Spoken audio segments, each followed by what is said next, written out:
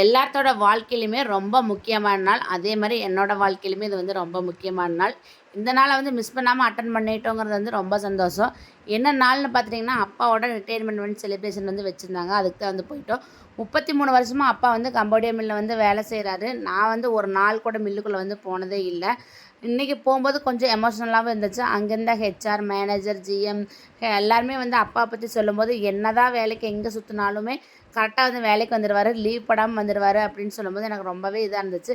எவ்வளோ கஷ்டத்துலயுமே அப்பா வந்து கரெக்ட்டா வந்து வேலைக்கு போயிருவாரு. அப்படியெல்லாம் போயி எங்களையெல்லாம் வந்து வளர்த்து இந்த அளவுக்கு வந்து கொண்டு வந்து விட்டுருக்காருங்கும்போது, ரொம்ப மிகப்பெரிய சந்தோஷம். இனிமேலாவது நம்ம அவருக்காவது ஏதாவது செய்யணும்னு சொல்லிட்டு என்னோட மனசுக்குள்ள வந்து தோணுச்சு.